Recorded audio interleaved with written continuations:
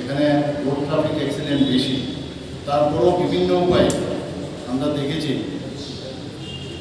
যে অনেকটা দুর্ঘটনা যে সংখ্যা যেটা বেশি হতো অনেকটা কমিয়ে, যানবাহন যেটা 2022-এ 6,99,400 ছিল, সেই জায়গায় 2023-এ দাঁড়িয়েছে 7,46,000। কাজে আপনারা বুঝতে পারছেন জায়গা তো কম, প্রচুর পরিমাণে গাড়ি এবং স্কুটার এগুলো বেড়ে গেছে। তারপরেও ট্রাফিক পুলিশ চেষ্টা করছে যাতে করে রোড ট্রাফিক অ্যাক্সিডেন্ট কম হয়। আমাদের 2022-23 অর্থ বছরে এখানে স্টুডেন্টস পুলিশ ক্যাডেট প্রোগ্রাম অনুষ্ঠিত হয়েছে, মোট 330টি। 2023 সালে প্রয়াসের মাধ্যমে 5,903টি অ্যাওয়ারনেস প্রোগ্রাম ওনারা করেছেন।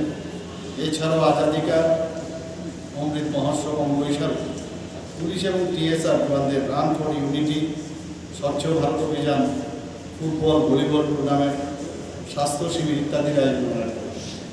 মানে যেটা আমি বললাম, তাদের পুলিশ সম্পর্কে যে ধারণাটা আজকে আরও আমরা পরিবর্তন হয়ে গেছে।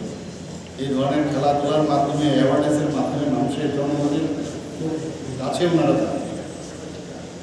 এবং 2019 সালে 10 ডিসেম্বর যখন ইমার্জেন্সি রেসপন্স সাপোর্ট সিস্টেম আমাদের এখানে চালু হলো 112 সেটা 24/7 এখনো চালু আছে।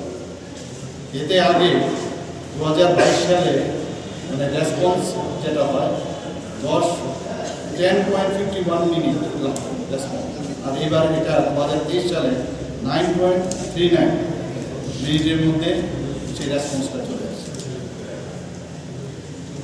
জিপিএস ভিত্তিক ভেহিক্যাল ট্র্যাকিং সিস্টেম চালু করা হয়েছে, তাতে কম্পিউটার, স্মার্টফোন, ট্যাবলেট ইত্যাদির মাধ্যমে বা এই জিপিএস ব্যবহার করে 24 ঘন্টা যাতায়াতের যে গতি, স্টপিং পয়েন্ট ইত্যাদি নিয়ন্ত্রণ করা হয়েছে।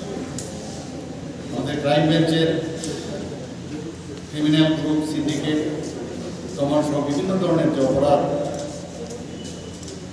দমনের লক্ষ্যে আমাদের ত্রিপুরা পুলিশ ক্রাইম ভালোভাবে কাজ করছে এবং টাস্ক ফোর্স আমরা তৈরি করি।